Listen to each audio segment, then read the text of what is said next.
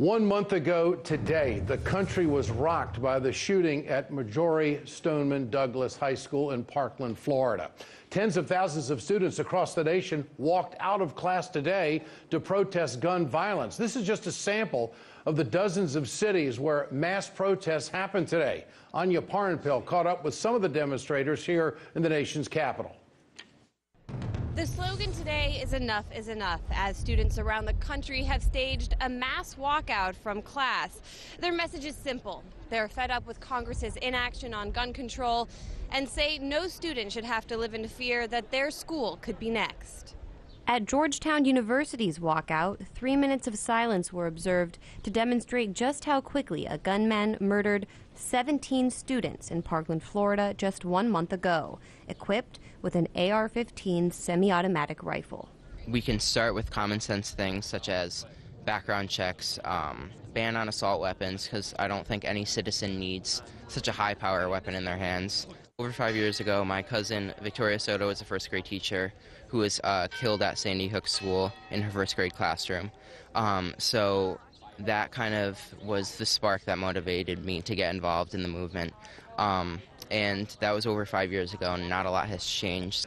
We believe that change starts here at the younger level, and we came out here to support the students who are fighting to end gun violence and to protect the younger students. I have a younger brother. I don't want him to be scared going to school anymore, so this needs to stop now. I am one of the organizers for Women's March Youth Empower, and I'm organizing this action because it is time that our youth stand up for our own safety. Congress and the adults in our lives have not done enough, and so now we're saying enough is enough. Their target audience was obvious. Every legislator in this country, I hope that my Senator Chuck Schumer hears it. I hope all our members of Congress and our state legislators hear this message, that we are sick of feeling unsafe in our schools. We want them to ban assault weapons and expand background checks to be universal on all gun sales.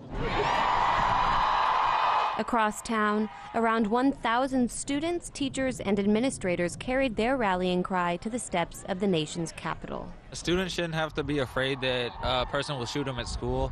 That's not okay.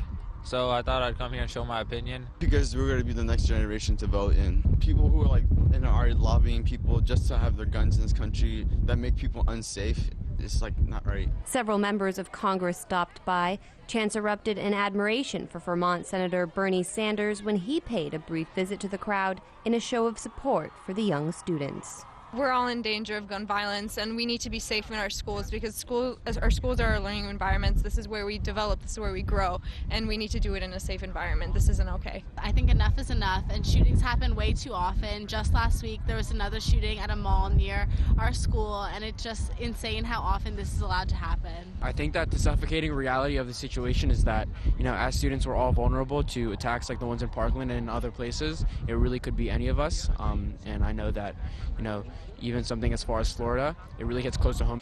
It's estimated over 3,000 schools participated in today's action.